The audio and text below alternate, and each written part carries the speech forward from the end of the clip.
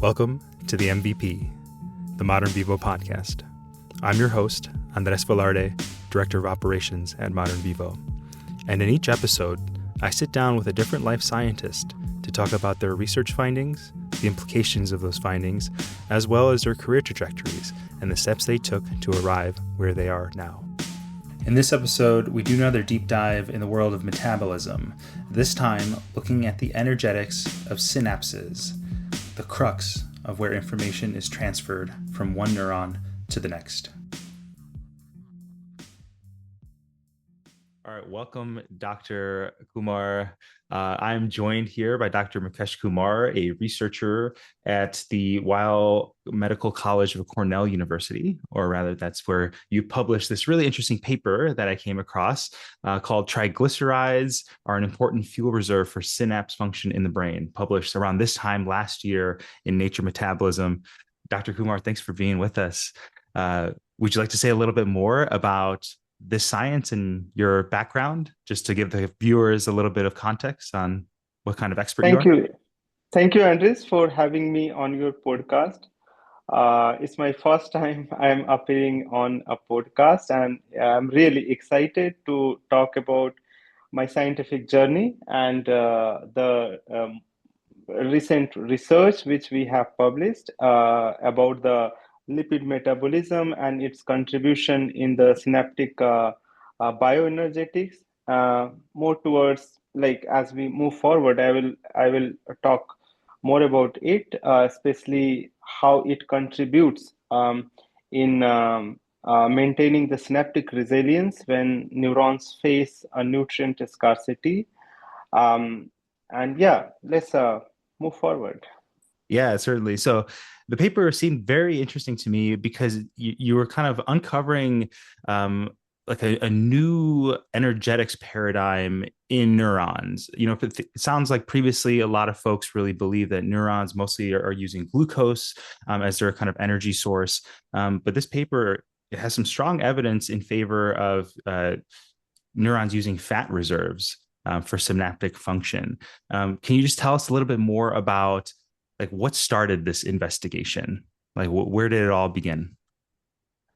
Um, it's still true that glucose is the dominant um, carbon source in terms of the bioenergetic maintaining bioenergetic needs of the neurons. However, it has been always a question that what happens when the glucose level fluctuates. It is likely that if the energy requirement is not fulfilled, the neurons will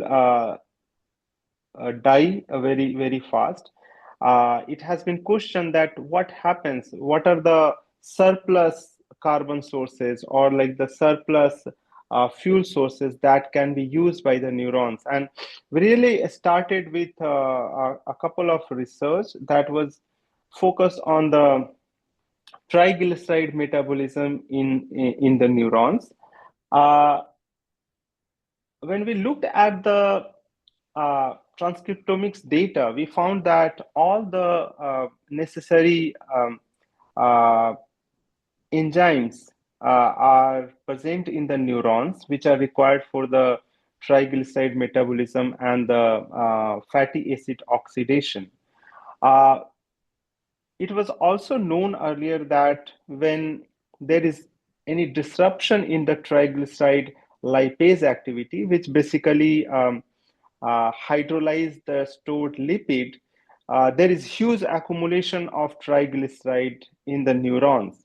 So we asked, what is the function if they are not participating in the neuronal function? Why are they getting accumulated? And what Mhm. happens if you disrupt the activity of these lipases? Does this also lead to disruption of the synaptic triglyceride metabolism, and eventually it leads to reduced fatty acid and perturbed bioenergetic functions at the synapses. Yeah. So that is And, where we started. Yeah, that makes sense. And that was kind of the primary question that comes through in this paper. You specifically talk about an enzyme called DDHD2 and its relation to like hereditary spastic paraplegia. Can you just say a little bit more about the relationship between those two? So there are two things. So for the lipid to get effectively used in any cell type, they have to effectively stored and eventually mobilized when there is a need or when the glucose level declines. So this DDSD2 lipase was known to be mutated in HSP54, hereditary spastic paraplegia subtype 54. And it was found that those neurons which has non-functional mutation has a lot of lipids accumulated. But it was not known that whether uh, it leads to disruption in the bioenergetic functions of the synapses. Hmm. So first question we asked: what happens if you in a healthy neuron perturb this function? Does it impair the synaptic bioenergetics? And it does. Hmm. Uh, the other way around, when you overwhelm neurons with a fatty acid, they tend to be more resilient towards the hypoglycemic conditions. So when you deplete glucose, they can even perform much normally compared to no fuel condition.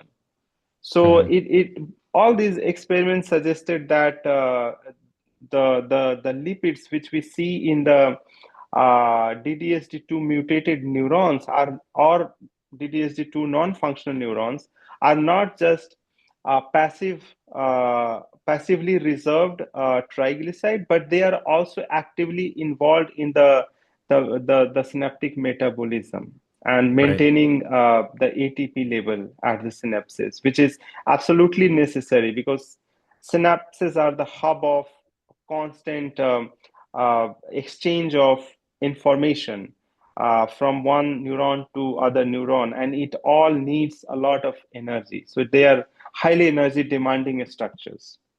Yeah. So they should have a backup that must be used when there is any fluctuation in their energy, like the carbon source. Yeah, I think there's some implications there on that fluctuation because that evolves over the lifetime of a human or an organism.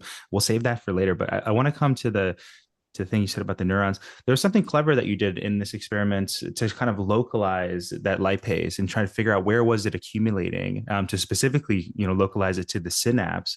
Um, yeah, tell us more about like what region of the brain were you interested in? Were there specific types of neurons that you were trying to investigate? And how did you know that this lipase was going to the synapse? So, from a group in Australia, it was hinted that the lipase is enriched towards the synaptic terminus, but it was not known how it is. It is still partially known that how it is enriched, but more importantly, we asked if it is first very clearly showed that it is indeed enriched at the synaptic terminals in even in the uh, isolated single neurons where you can clearly see a single button, study single button. Or more importantly, when you disrupt the function using the lipase inhibitor, we in chemical terms call it KLH45, we see that the lipid droplets accumulate at the synaptic terminus, and almost 65 to 70% of the synaptic terminus has these lipid droplets, smaller or larger in size, but they are positive for the lipid droplets. It means that Mm. the function of lipase is not just uh, uh, the presence of the lipase is not just synaptic, it is also the function which is also localized. So the metabolism now, I can say very clearly with my own experience that metabolism is not just biochemistry. It is also seen in context of the localization of the enzymes and their functions. Yeah. Yeah, I think it was really interesting that you kind of blocked this off ramp and then you saw the lipids accumulate. Previously, did people just think that, I don't know, these were just stores and they weren't actually being metabolized? Or, it seems like there's like a hidden flux where in normal neurons you don't see these lipid droplets typically. Is that correct? Yeah, so we see that the lipids accumulate only when you block the hydrolytic activity or you overwhelm the neurons with a lot of protein conjugated or BSA conjugated fatty acids. So Mm, there is a constant flux of the lipid accumulation and mobilization. But once you overwhelm the cells with a lot of fatty acid or inhibit their hydrolytic activity or like released through the hydrolysis, then only you will see the droplets getting accumulated. hmm. Yeah, Yes. that makes sense. And remind me again, so this was hippocampal neurons, is that So correct? yes, we Yeah. have mostly studied hippocampal neurons. A few of the experiments we also performed with cortical neurons. Okay. Yeah. Do Yeah. you think that this behavior is transferable to other types of neurons or different brain regions? Um, yeah. What are your thoughts? Is it This kind is of a something universal mechanism? overall looking at hippocampal neurons and cortical neurons, it looks like the machinery is similar. We Hmm. believe that it might be similar in other neuron types, but it is still something that has to be investigated. Yeah, certainly. Um, okay. The last piece of this kind of like technical deep dive that I want to talk about, and I would be remiss if I didn't, since I work for an in vivo company. Like, tell us about the mouse models that you use. Because that was really interesting and a bit of a dramatic result when you injected mice with the DDHD2 blocker and the CBT1 blocker, which is like kind of that importer for the mitochondria to bring in the fatty acid. Like, what did you notice? What did you see? So previous studies and our study suggest that in neurons, DDSD2 lipase is active. However, another lipase which is more functional in other cell types like ATZL lipase. Uh, the full form is adipocytes triglyceride lipase. It is not that much functional in the neurons. However, so taking this finding with us, we what we did that we use the inhibitor, and we have shown and others that it is the lipase is more active in neurons. We inhibited the lipase activity in the brain using a drug. However, it is not very clean experiment, I must say.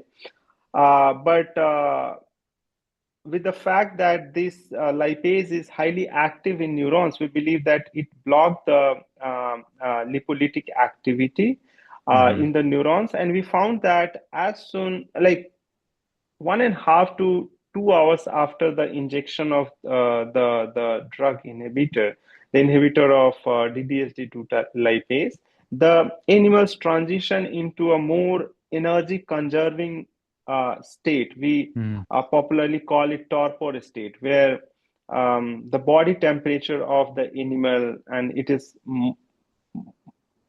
studied in a much better way in birds. But in even in the mice model system, the body temperature declines, and there are other metabolic and physiological changes as well. But Yeah. that suggests that uh, the lipase has to be active in the brain to sustain not just the brain function but also regulate the overall physiological uh, homeostatic state of an animal. So this Yeah. is something still very interesting area of investigation, and I hope soon people will come up with like more details about it. Yeah, certainly. Yeah, because I think from what you've shown, it seems to suggest that this kind of metabolic pathway isn't just a nice to have. It's not just like a kind of an extra thing, but like a fundamental dependency for brain function.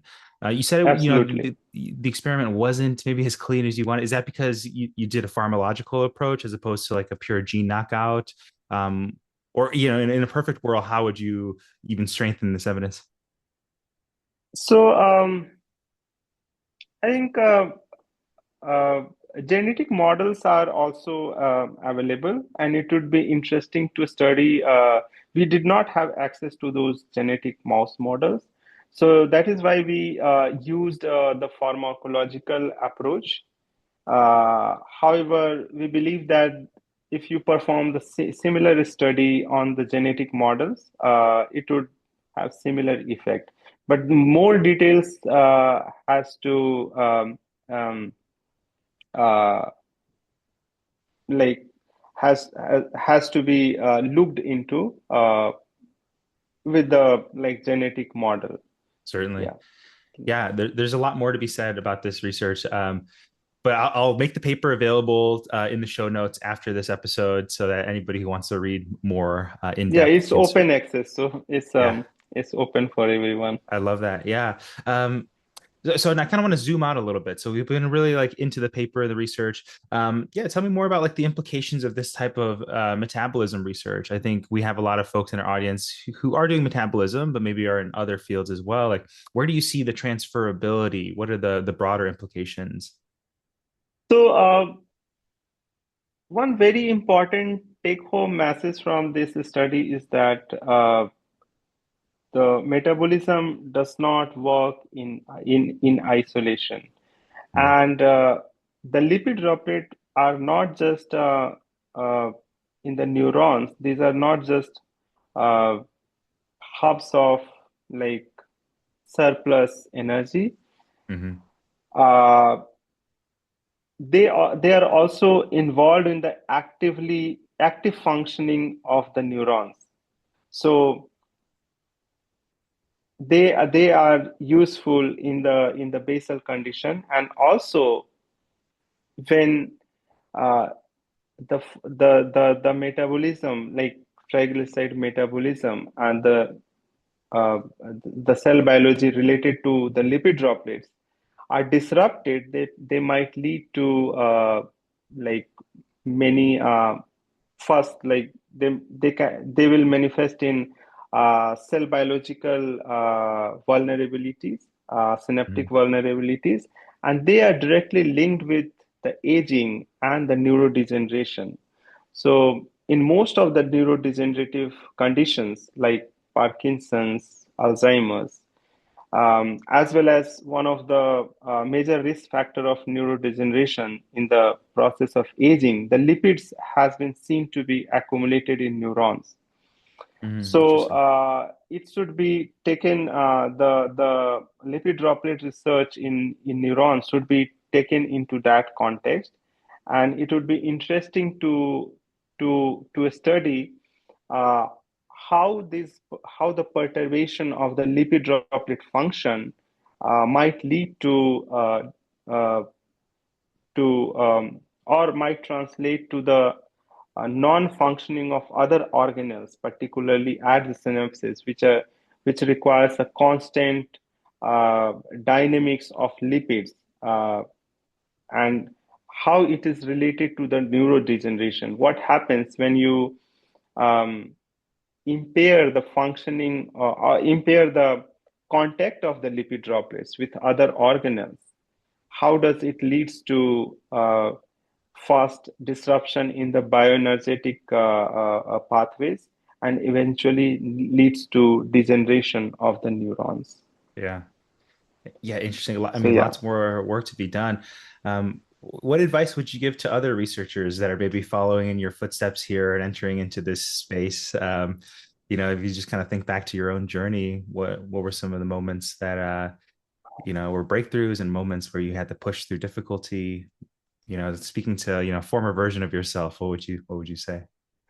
So One important lesson I have learned that the scientific career is not always linear, or scientific Mhm. endeavor is not always linear. What has driven my research is is not is not the technique which I have learned in the process, but the question um, which I have found interesting to ask. And I have kept the question always ahead of the technique. I learned technique depending on what question I was going to ask, or um, to answer the questions which was haunting me. So yeah, and I have transitioned from the a cell biologist to or like studying molecular motors and the lipid Mhm. droplet in hepatocyte to neurons. And that transition was drastic for me. So it looks drastic, but uh, the underlying principle were same, like how the organelles are reorganized, how chemistry is reorganized in a cell. And that transition led me to actually a next level. So one should not be afraid of transitioning intellectually. And I feel like most of the good research happens at the interface of two different subjects, or like two different fields, Yeah. because that transition zone remains mostly underexplored. Yeah, totally. Um, I really love that. In our previous call, you mentioned kind of having to advocate for your curiosities, for these questions that were haunting you. Um, yeah, maybe can you tell us a little bit more about how you do that? Because I think a lot of scientists maybe have these ideas, but they don't necessarily know how to start pulling on that thread and start doing experiments. Yeah, what was that like, especially in relation to the lab that you joined for your postdoc and so on? So when I transitioned from a biophysicist, or like studying molecular motors, um, to a lab mostly focused on neurobiology, the first challenge before me was to understand the system, and I literally spent half a year almost to learn some basic techniques and understand the system I was going to use in Hmm. future. So my suggestion is to before starting or jumping onto the experiment, you should understand the system and ask relevant questions that will keep you moving throughout your career, or at least part of your period when you are running behind those questions. Yeah. So start in a nutshell, like knowing your model system, knowing your system, the technique which are at least uh, primarily you are going to use, and the question you are going to ask. There should be a good harmony between these three things. Yeah. Well said. Uh, so tell me about what are some of the questions on your mind now, and how does that relate to your next step in your career? Yeah. Um, so I'm being supported by Michael J. Fox Foundation like for last 3 months, and that fellowship is for next 2 years.